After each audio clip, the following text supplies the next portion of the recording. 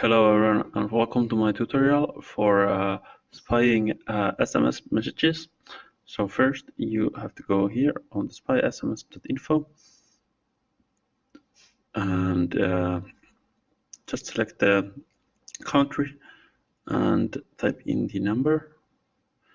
And now let me just click on the read messages,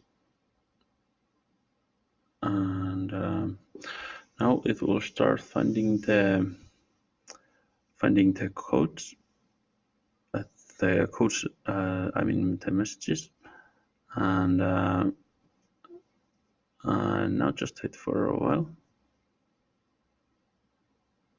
And now it has found 20 messages, WhatsApp and SMS. So let's open the latest SMS message here by clicking the open. And now you can see that this is a test for video. So here is my test message, and that's it, and thanks everyone for watching.